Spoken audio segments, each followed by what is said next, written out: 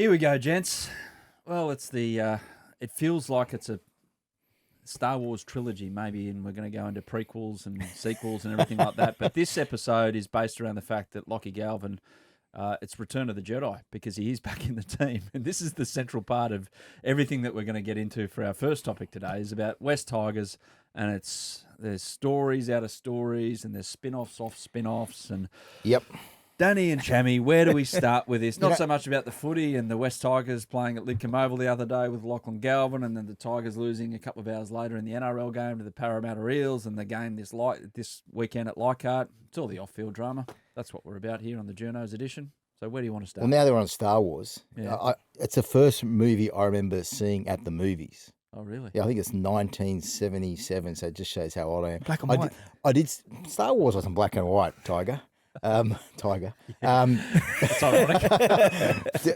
I remember watching Jaws as a kid. My parents took me and thought I was asleep in the cinema seats behind them. Yeah. I watched the whole of Jaws through the gap in the. But Star Wars was the first movie I was actually going to see. Anyway, Tigers. Thanks, Bill Collins. Go on. Chammy would know who Bill Good chat. Collins We was. just lost 3,000 listeners. Maybe you should have said Richard Wilkins. Yeah, exactly. Look, I've listened and I've heard a lot of stuff in the last week about the Tigers. And one common misconception is the fact people have forgotten why that statement came out.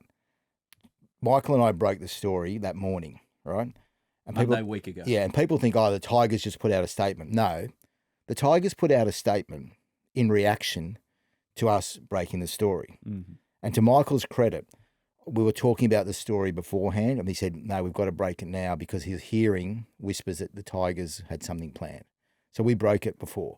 And the Tigers came out with that very emotive statement.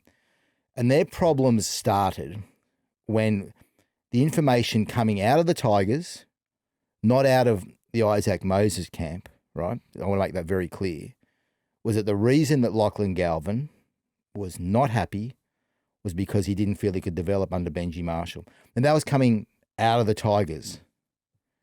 And I think that's an important point to say. So I think that however you want to see it and however you want to paint this, a lot of the issues have come about because the Tigers, the way they've handled it. Mm. And when I say they, I think that Shane Richardson's got a lot to answer for, the CEO. And he's someone who I've got a reasonable relationship with. I had a lot of fights with him this week, and I value his contribution as an administrator.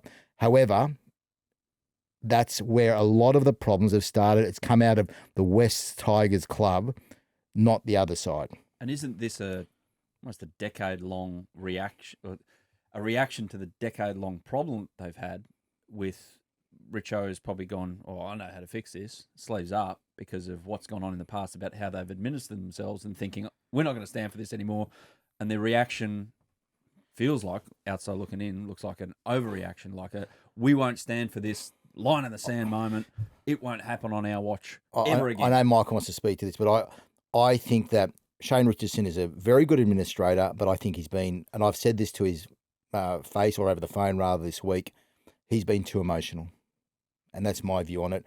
And whether he gets the result he wants in the end, but I think he's been too emotional in this situation. I've said it to him. We've had a stack of blues this week, some of them quite personal and nasty, and I'm happy to own that.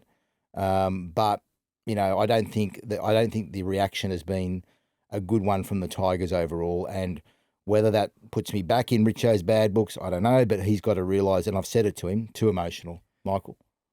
Well done, Danny. Well said. Am I right? No, I agree. Well, I said last week it was about the egos, Danny, and he has been intent, Shane Richardson, from the moment he arrived at the West Tigers, of playing the hero, the tough guy who's not going to let the West Tigers be bullied, and that's what they needed. But in this situation they found themselves in the other day, what it needed was calm heads.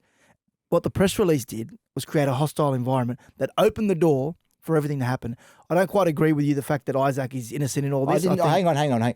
At no point have I said Isaac is innocent, but I'm saying that the information not the... and the way that... You're saying that Richo was backgrounding journalists saying that that Galvin's issue was with Benji. I said it's come out of the Tigers club, right? Okay. And it has definitely come out of there first.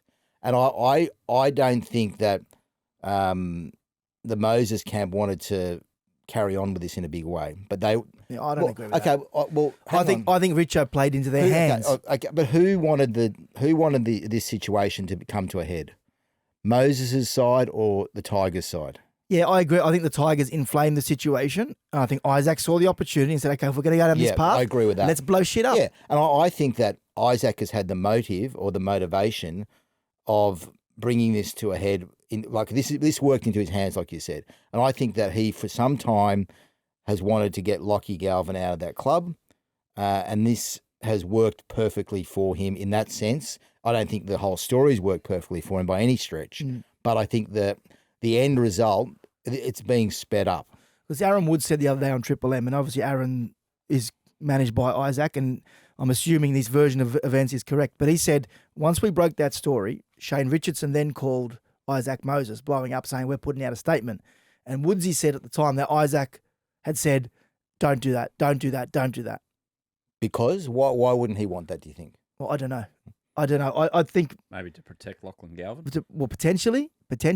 And I think in that situation, what he's done, Richo, by putting that... I actually don't disagree with the notion of putting out a statement. It is the way that you worded it that has incited the angst and the animosity towards Lachlan Galvin. Because, and the information coming out of the club, putting Benji very much in the spotlight. Well, that's separate to the statement. That's separate Correct. to Richo then, or the Tigers then, backgrounding. Maybe they should have kept it to themselves. Maybe they shouldn't have told people that Isaac's issue or Lockie's issue was with Benji's coaching. Because we wrote the story after that night.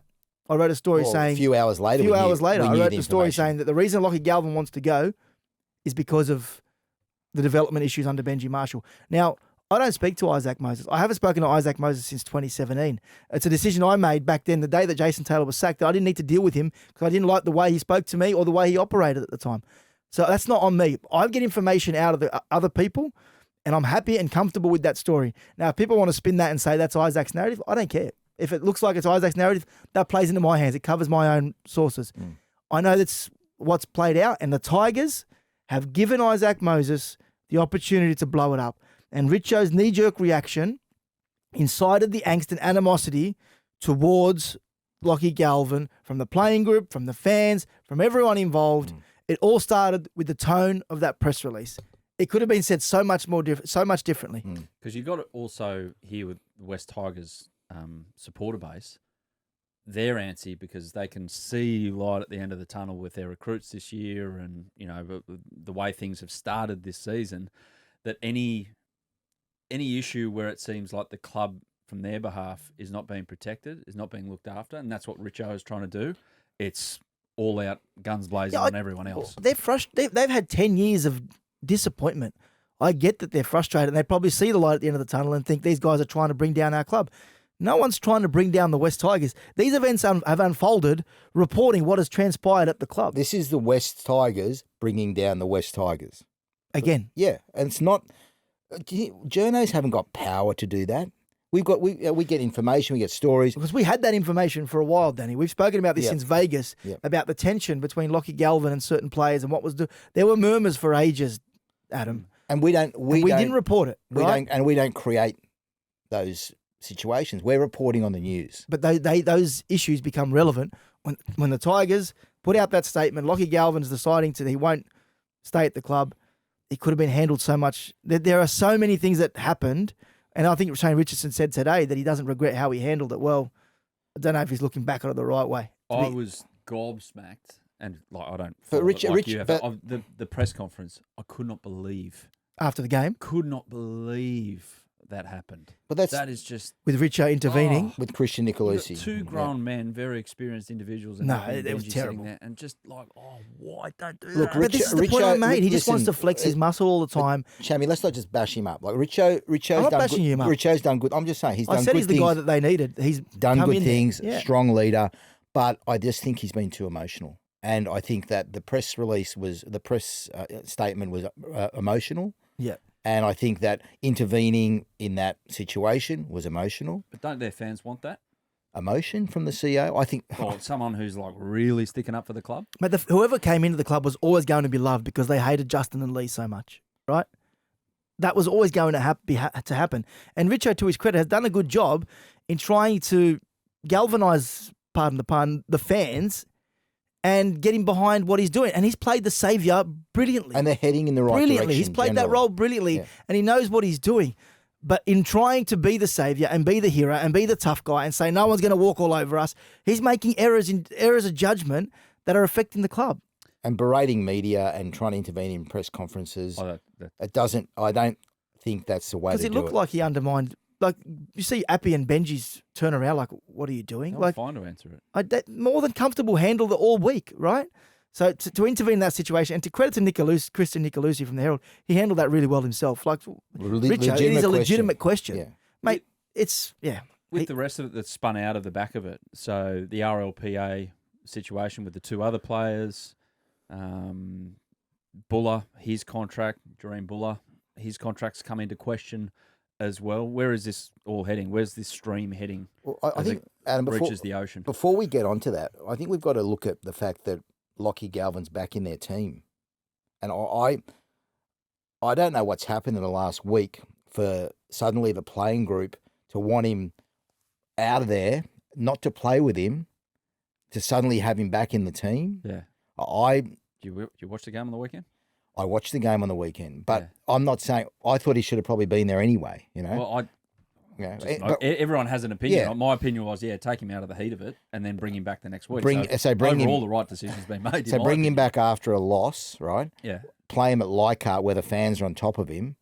I don't know, and are the playing group now all of a sudden who were so publicly off him. We saw the social media posts. We saw Jerome stand up at the media conference really well and say he's got to earn his way back in and all that. What's changed? Is it the legal letter? I think it's legal. I think there's a part of Benji also that thinks, we need this kid to play. Yeah, he wants to win, but Benji wanted him. From my information, Benji wanted him in the first time around. I think that they are doing everything they can to make sure that they aren't accused of not providing Lachie Galvin the opportunity to play first grade. A safe working environment. That's what it's all coming back to. But it's all going to, mate, everyone, and this is not just journalists, everyone watching that game this week on Sunday when they play Cronulla at Leichhardt, they're going to be watching the body language. They're going to be watching who celebrates with who. Like it was with Cherry-Evans and Watmo and Glenn Stewart all those years ago. We're going to be watching to see what happens.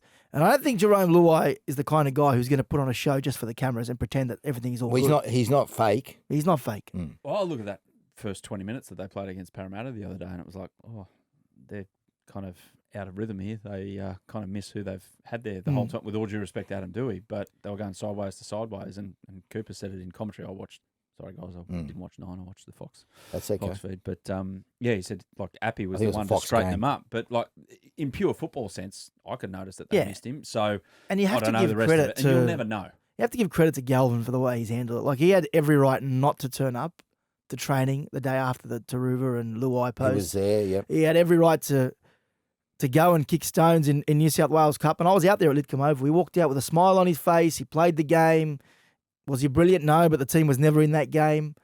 But there was energy there. He didn't sulk. And that's going to be a large reason as to whether that's advice that was given to him or not, I'm not sure. Can't fake that.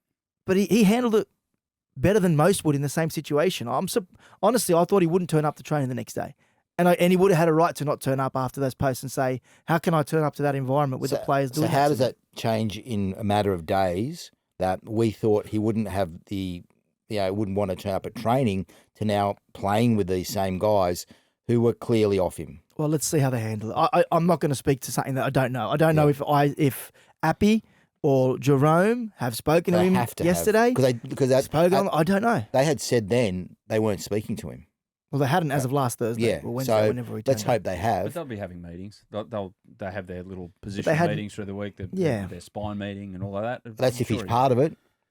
He will be. Oh, has to be. Yeah. If they want to win a game of football on the weekend, which is the whole reason for being at a football club, I'd imagine that they're having the correct procedural.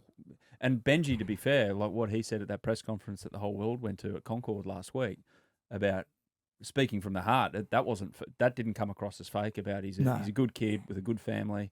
Let's just all lay off, all of those things. I don't think. But I also think they were aware of the legal drama that was about to unfold. And Benji, while he handled it well, I think he's smart enough and had been advised, be careful what we say here, because everything we say is going to be used against us one day. Do you think that's why Richo was at the media conference trying to intervene because of the legal threat? No, I just think that was Richo doing Richo things. RLPA, their involvement. Now, for me, this is where a players' association earns its corn, because one of its members, a player, assuming that he's a paid-up member, Workers United will never be defeated, Lachlan Galvin, that he's obviously got some kind of workplace, if you want to call it an issue or something more sinister or water it down, whatever, that the RLPA have to kind of take notice of it and stay across it. How have they been? And with the issue coming out of the two other players who are on the Tigers book. Yeah, this has been a fun 24 hours, hasn't it, with the Tigers statement yesterday. Danny and Danny and I report, and you guys know that I'm not an RLPA fan. I've made that a bit clear over the years, right? Bit.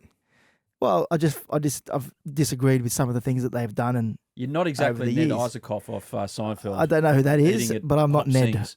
No, what is he? He was a communist. Okay, well, that's not my game. Rampant left winger. But on Sunday, when Danny and I had been made aware of issues going on in the background with other players. Now, it's hard to differentiate between the guys who are on the periphery.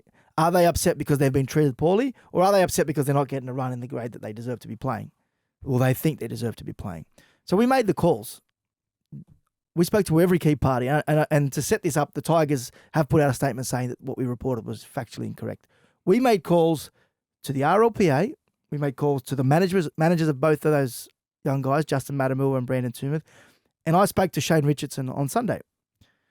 My conversations with Shane Richardson in regards to, I asked him at the time, had Matamua or these blokes been raised, and I think he was very careful with the wording that he used.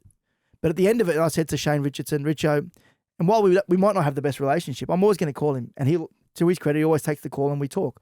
But I said to him, Richo, appreciate you giving me your version of events. I'm going to make some more calls.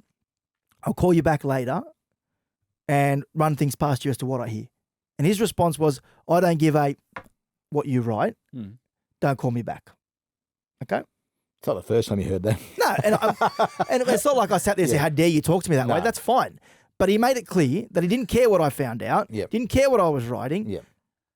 And then I made the calls we both made calls to other people involved in this situation to get to the bottom of it. Now, they've got us on a technicality. Yes, we put our hand up. We amended the story yesterday. Did the players go directly to the RLPA and complain? No, the players themselves didn't. One of the players, Brandon Tumeth's agent, which is Isaac Moses, will declare that, went to the RLPA to make issue with the way the Tigers have been treated. Because Brandon Tumeth was playing Sydney Shield, Adam. Sydney Shield. Fourth tier. Sorry. He's a top 30 NRL registered player. Yep.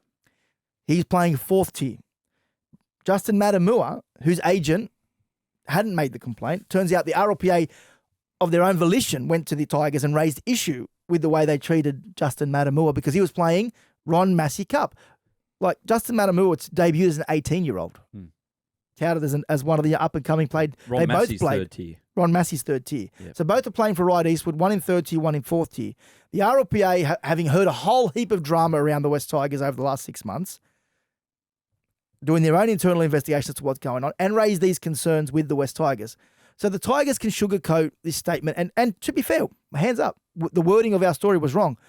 But the premise of what we wrote is bang on, that there are issues involving these players that have caused the RLPA to get involved and raise concern with the West Tigers, because players are not allowed to go below New South Wales Cup unless a proper procedure is followed. And my understanding... Is that the rule? Yes. And my understanding, proper procedure has not been followed in this situation. Interesting to note, Justin Matamua, after the weekend of drama and what we've written, now finds himself named at 5'8", playing New South Wales Cup this week. Brandon Tumeth is nowhere to be seen. He hasn't been named in any team. So clearly the Tigers know there's an issue. I think internally they've recognised they've stuffed this up. And by putting out the statement, they might have left us with some egg on our face.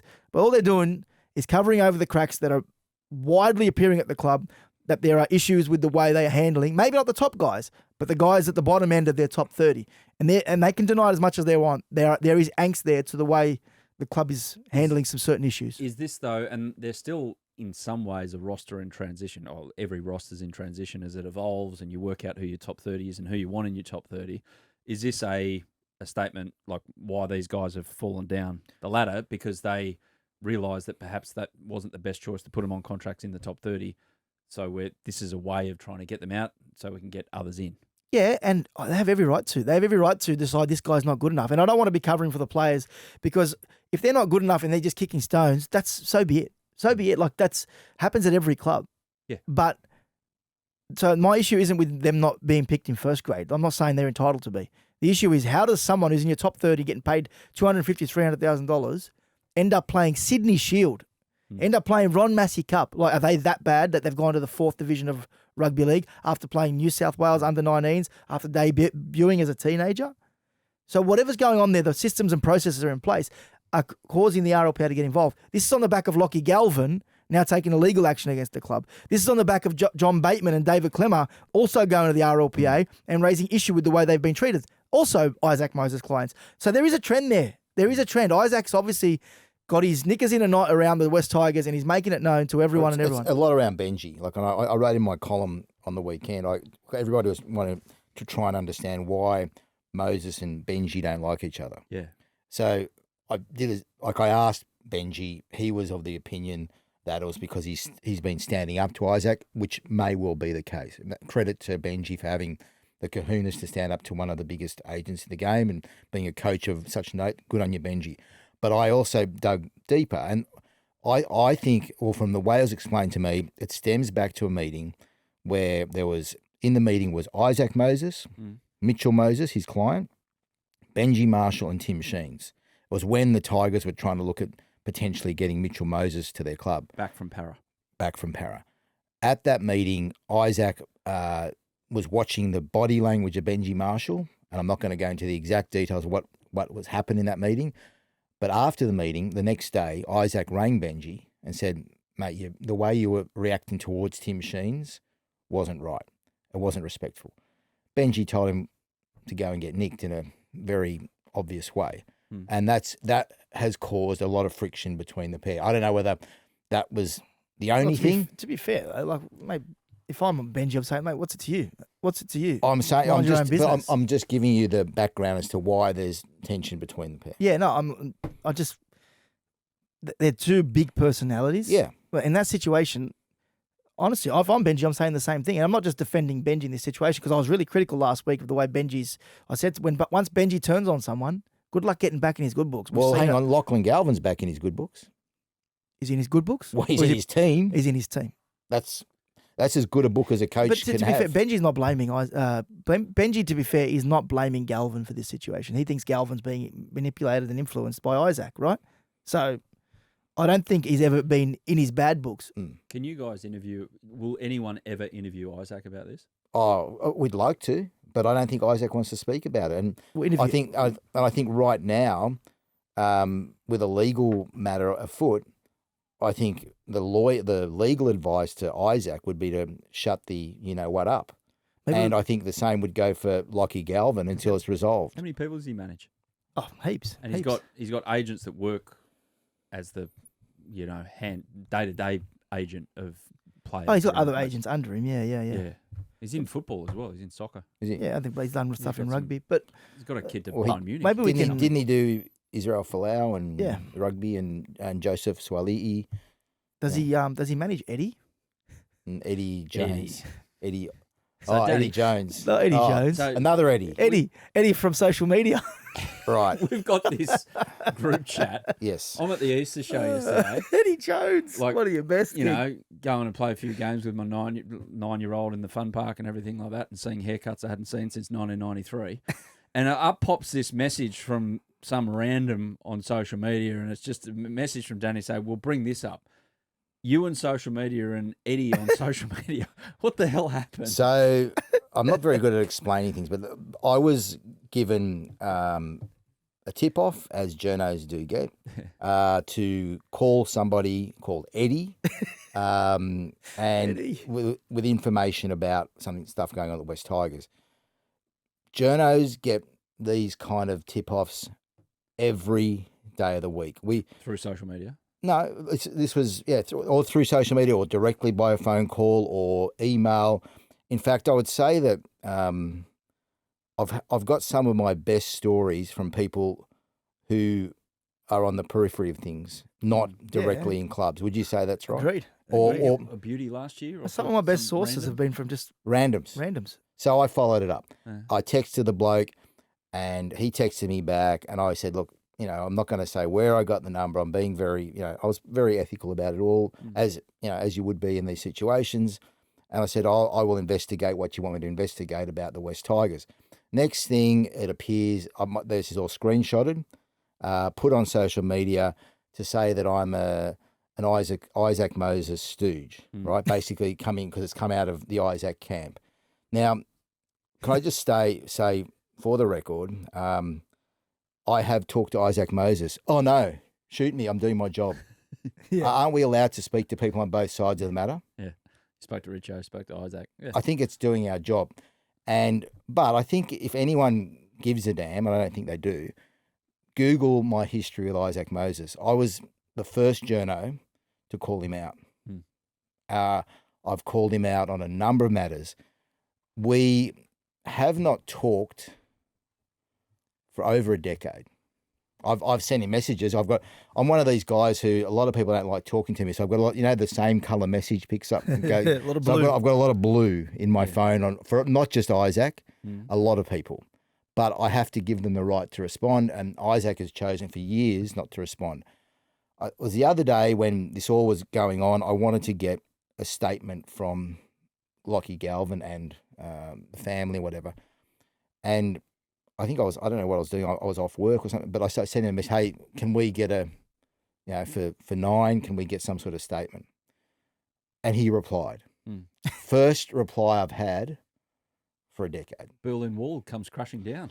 Cold War over. Does that mean I'm an Isaac Moses stooge? Yes. Okay.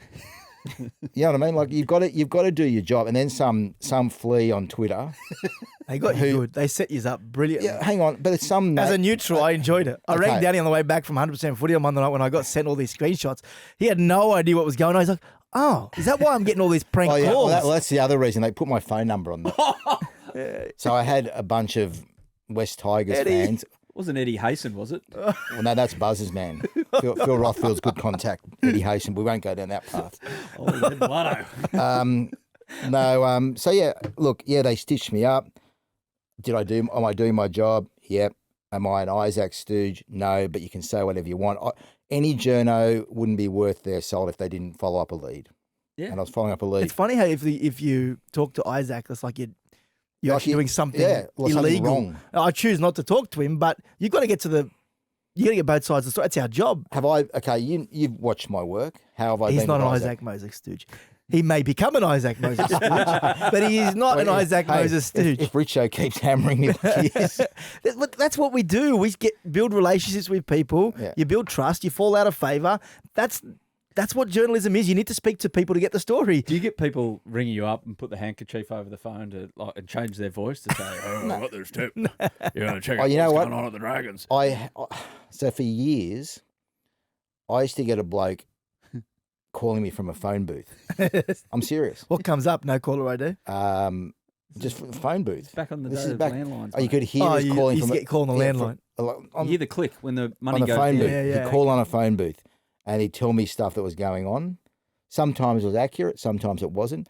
I've also had for years a guy who writes to me. He writes letters to me, and the writing, he writes with a ruler on the piece of paper he's writing, so the letters stop where there's a ruler. So there's a certain handwriting he's got. How does he do a G? I don't know. It doesn't. It looks weird. Crazy. So he writes letters to me in this perfect handwriting.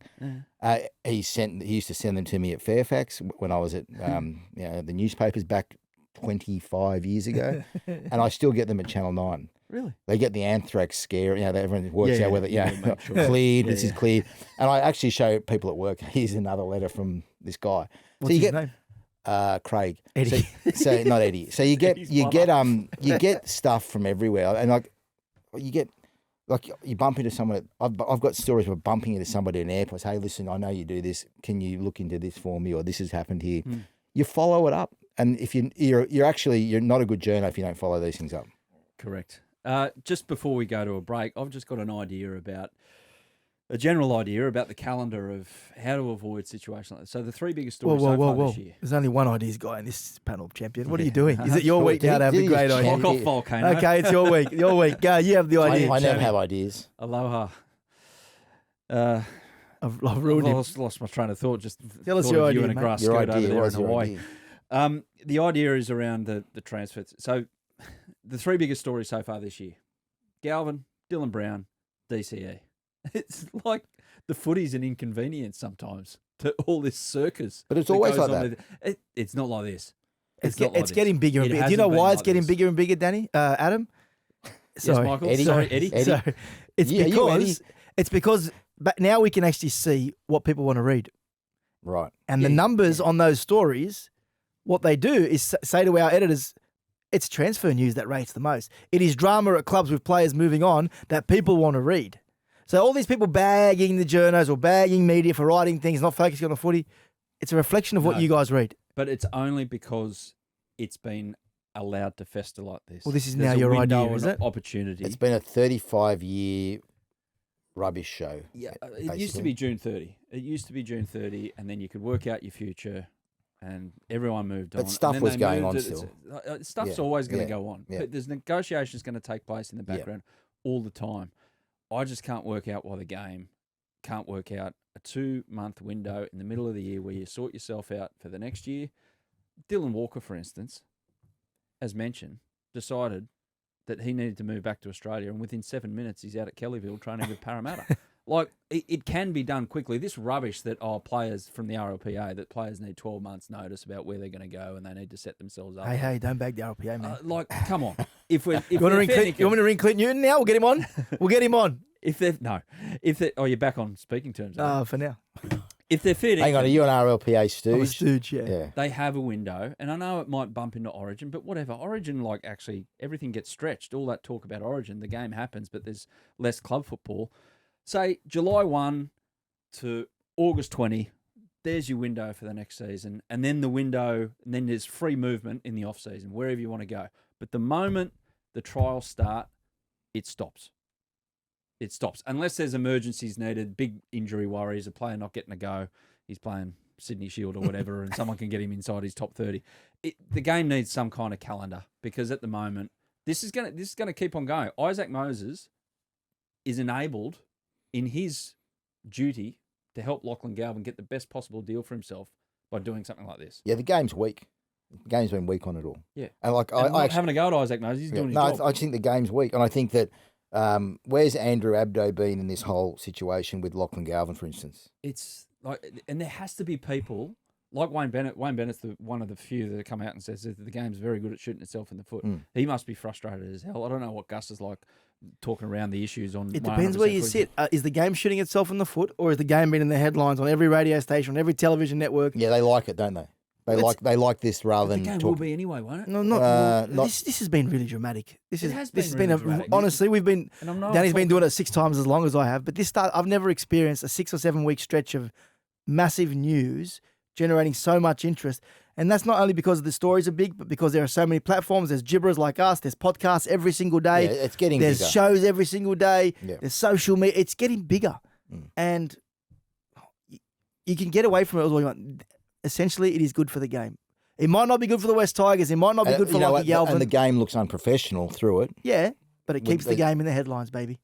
But the game will. My point is, and I know I'm talking to two guys who would hate it for it to happen, because it means that stories aren't presented on a platter like they have been in the first 3 months of the season. But seriously, okay, if you set it up, if you blew everything up and you could start again about how you'd structure it all, you do it like this. I don't disagree with you. I think it's a laughing stock. The trade window needs to be in there. The game is like, if you look at as a professional sport, outside looking in, and it can be considered a laughing stock for this sort of stuff. But like Chammy said, the game. I think the game like it, or the NRL like it, because it can generate all of this talk. Well, let me ask you this: Do you give a stuff about what I write about the game? If I went to a match, I wouldn't read it. Correct. Like, but I'll read your transfer stories. maybe back in the day we used to, but when you have so much access to good commentary and good analysis on television and people are watching it themselves, it's not on delay, it's on live, every game's available. People make their own assessments or they want to listen to the greats of the game about footy. We are rugby league journalists, traditionally rugby league journalists covered the game because it wasn't as accessible as it is now. But so what's it, as a role as a rugby league journalist, now we provide the fans with insights to what's going on at your club, what people don't want you to know, but you want to know. And the numbers speak for themselves. People aren't reading. They're watching the games. Of course they are. But people aren't reading match reports. No, I people know. aren't reading the ins and outs of the week leading into games. I'm looking forward to playing the Raiders. They're Or blogs. Right. It's changed. Chammy, I'm not trying to kick you out of your house. No, I know. I'm just explaining. You can still live there. But what I'm saying is there'll still be stories for you to do. Like your analysis last year, one of the best things I read last year was the Jason Demetriou, how it actually happened. You sat in front of a computer for about 8 hours that night and just dove into coaches are still going to get sacked. Personalities are going to have blow-ups with personalities. And that's our job. There's going to be angst in the game. There's always going to be that. I'm just talking about the player movement at a certain time of the year. Agree. It does not make sense. I don't want it to change but it looks bad. But I get it. Yeah, I it get does. We're talking about the whole season has been dominated about guys who are leaving their club in 12 or more months' time. So after the break, we're going to talk about Jamal Fogarty. Where's he going to play next year? So after all that and threatening to take away Chammy's livelihood, we'll talk about player movement now.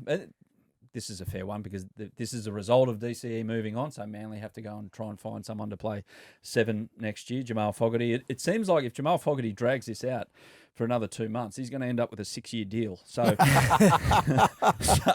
he's been offered a 1 year, it felt like a 1 year extension from Canberra. Manly have come in with 2, and then Canberra gone, actually we can find 2 for you. Found 2, and then apparently Manly are going to go to 3. So up it goes, like a game of Jenga. Up the tower goes, but I don't know. What are you guys hearing? Where's he going to lob? Well, I think there are some caveats with it though. So I think Canberra will go to 2, but it'll be an option. It'll be based on triggering a certain amount of games. And I think the Seagulls are willing to go to 3 with a clause as well. I don't know if it'll be a mutual option or whatnot. So where does it end up? I don't know, to be honest with you. I think he probably will go to Manly, but that's just a guess. I don't know. I think he's happy in Canberra. I think he wants to stay in Canberra. So cheaper to live in Canberra as opposed to the Northern Beaches. Kids in school. Kids in school. Does a lot of good work, I understand, in the community. Jamal Great relationship with Ricky. Ricky loves him. Fantastic. They're probably looking at it a better chance of winning a comp than Manly in the next 4 years, possibly. They're a team on the up. Touch and go. They're on the up, but Manly should be in that conversation, to be fair. They've been, your boys have been disappointing this year. I had Manly making the grand final this year. But you're an idiot. Manly Dogs, that was my tip at the start of the year. I haven't given up. You're nuts. It's interesting, isn't it? The how old's Jamal? Is he 31, 32? 31, yeah. You know, and we're suddenly tossing 3-year deals at him. Manly. But he hasn't played much footy. Yeah, I know. Well, it's probably a positive and a negative because you think, is he going to hold up? Manly couldn't see their way to make an offer for Daly Cherry-Evans. It doesn't. I don't think it looks good on the Manly management. I spoke to the great Tony Mestrov this week, actually. Speaking of CEOs that we've had boys with. No, because we bounce back, Danny. Like I don't think I've talked to him for. We just got to go. It's not personal. You just call the guy. Like I had to with Isaac after a decade. Well, I don't have a decade feud. I maybe have 10-day feud. No, we bounce back, Danny. Well, you got to. You can't hold grudges. I haven't. I'm not sitting there thinking yet. I'm scared to call someone. If you bag someone, you got to own up to it and call them the next day. I haven't bounced back yet with Mestrov, but I'm sure I will at some point. You're reaching his area. Chammy, you're reaching Danny's areas. Yeah, it's in been terms of this. What I've long said about you. Well, that's what happens when he becomes Your my name mentor. Flashes up on people's phones, and they go, "Oh, what does he want? What has someone done?" I reckon you get that. Well, he's taught me. He's taught me everything I know. Oh, don't say that. As he constantly reminds me. Don't say that. The mentor over there. Don't say that. I know. I shouldn't actually. It's not good for you. Just lost a whole heap of friends. Yeah, big call for Manly because they want. They're obviously needy, but they don't want to be desperate. Well, they're clearly desperate. They're suddenly throwing 3 years. I mean, Jamal was 1 year at Canberra 2 weeks ago. They weren't going to budge on that. They've had to move on that because there's no halfbacks around. And I also noticed that the smear campaign against Daly Cherry-Evans is back up and running. That he should be giving up captaincy, shouldn't be playing Origins. Yeah. It's just relentless. There's two isn't great it? words that have come out of the first 6 You like weeks. smear? Smear and dossier. I'm loving smear and dossier these days. I'm going to use it as much as Oddly possible. enough, his form since that whole saga hasn't been by his standards, and I'm only judging it by his that's standards fair. because I watch every minute that Manly play. Well, Manly lost 3 games, haven't they? Or, Not unreal. No. Yeah. Well, they lost 3 out of 4? Yeah, since something like that. Yeah. yeah. So it's obviously pressure's mounting, isn't it? Play Penrith on Saturday night. You can hear it on Triple M Listener as well. Tommy T back, Turbo. Thank goodness. I think Is that's there that's a big sorry, reason why they've lost. Sorry to backtrack. Is there a lesson there for clubs? Do everything possible to avoid a drama? Like, couldn't... obviously, hindsight's a wonderful thing, but the Tigers, the Sea Eagles, could have all been avoided. Like, really? Like, in the end, you wanted to just give Cherry-Evans a year. Why Well, how did Melbourne do it? Is it because they're out no of one market? cares down in Melbourne? Because they're out of market? Yeah, because they get to do things without Yep. people hovering over every move that they do, and journos and media and fans. Well, probably not fans, but it's just so much unnecessary drama that can be avoided by just egos getting out of the way. And ego with Manly, ego with Tigers.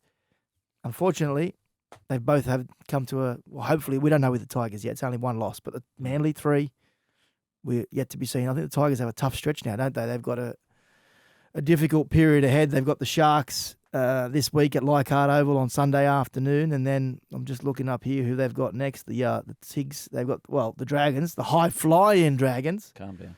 And then the Storm. So Tough run. it's a tough 3 weeks. Newcastle Knights.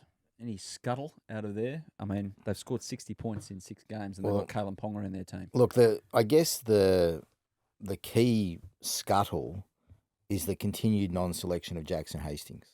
Yeah.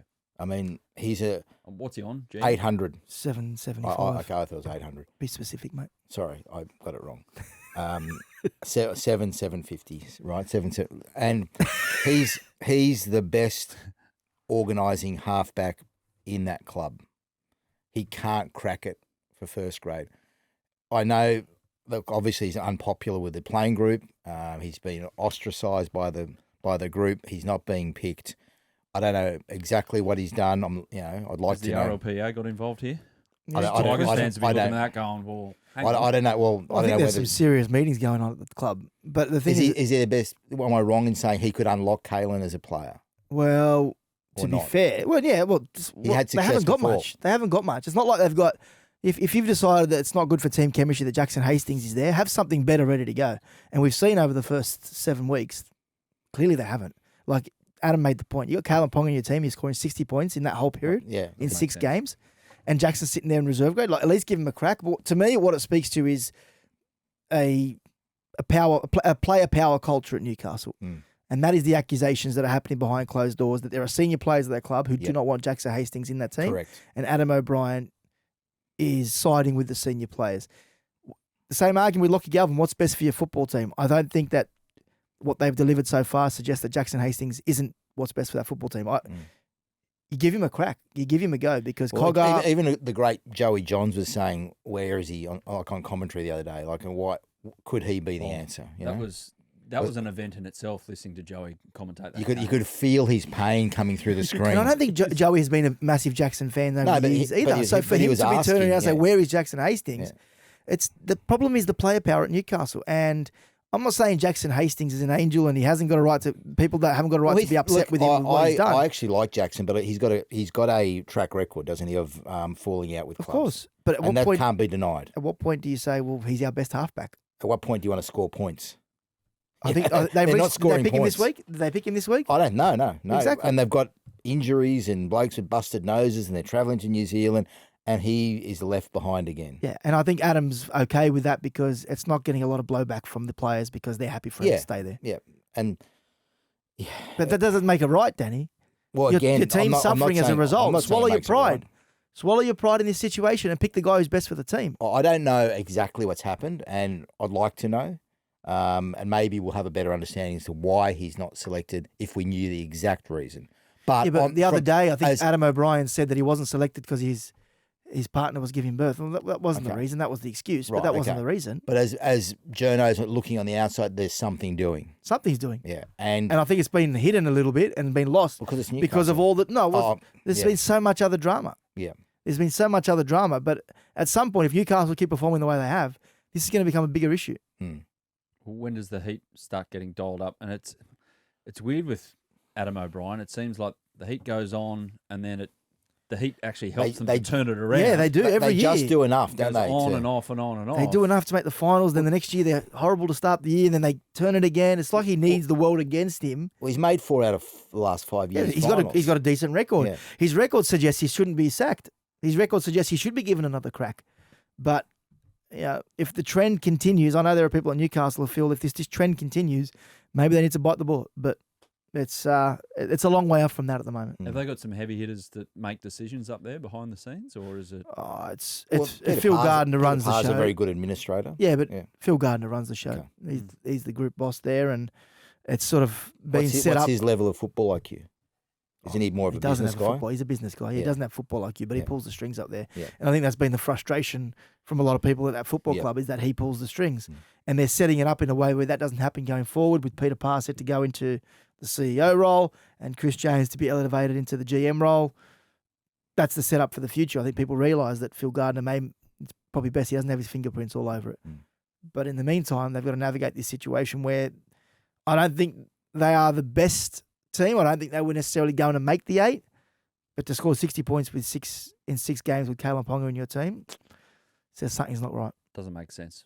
Vegas 2026. Well, Newcastle apparently heading there with the Cowboys and Dragons Dogs.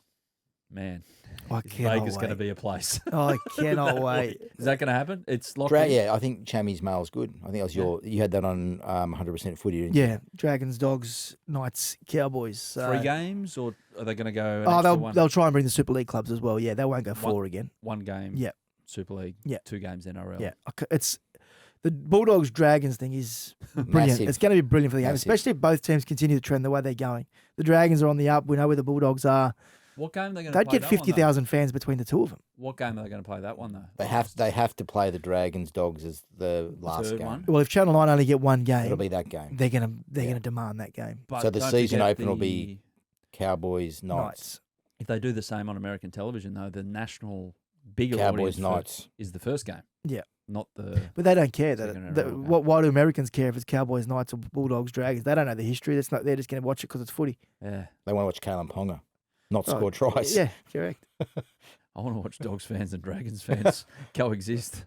It's going to be down brilliant. That strip. It's going to be brilliant. The boys are going to be out in force. Oh, the boys. The boys. They're going to be everywhere. Oh, yes. It's going to be so funny. Can you bring flares into Allegiant Stadium? Can you? I'm not even going to go there with what you are.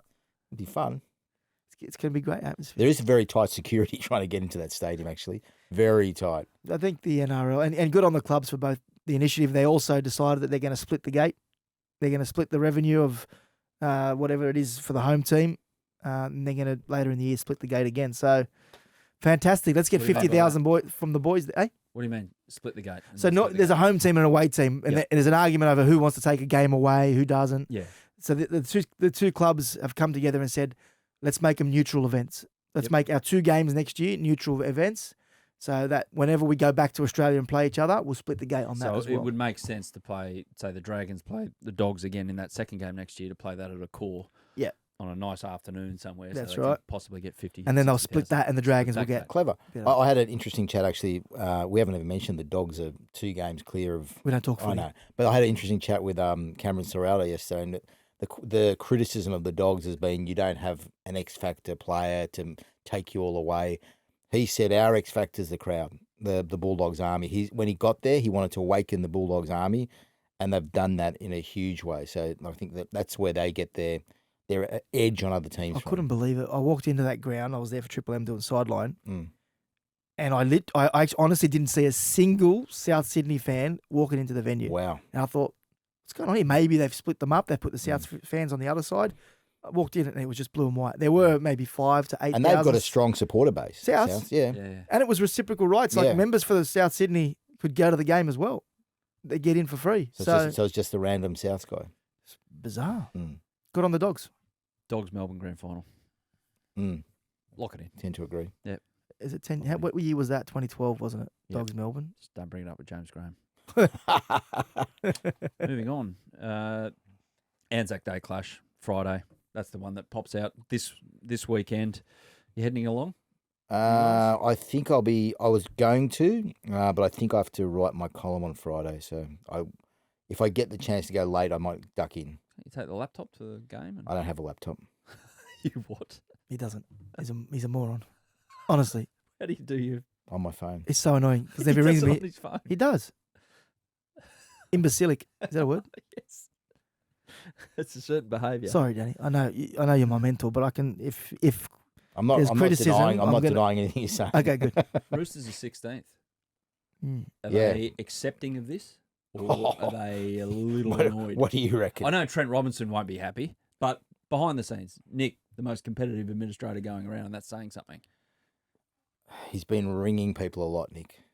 So I don't think he's just been ringing. Is that going to solve anything? No, but I think he's on edge. I don't think he likes any of this. And no. I mean, but I don't think it's what. It just reminds me of a conversation I had with him the other day. I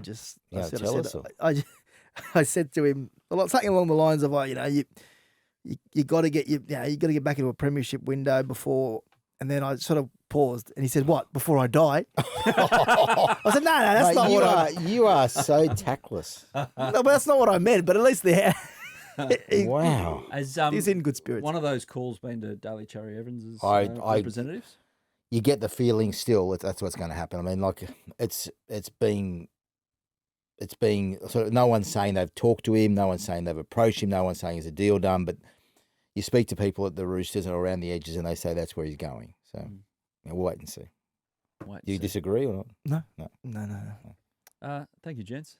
Enjoy the footy this weekend. Sorry for it to get in the way of. Well, how much trouble are we going to get into today? Not much. I'll be on this. Eddie or someone will be on social media. Honestly, Eddie was good on Eddie for doing what he did. He just set you up royally. Thank you, Jamie. Brilliant. I appreciate your support. Eddie, Richo, and all our listeners. Thanks for listening. We'll be back next week. Hopefully. Maybe.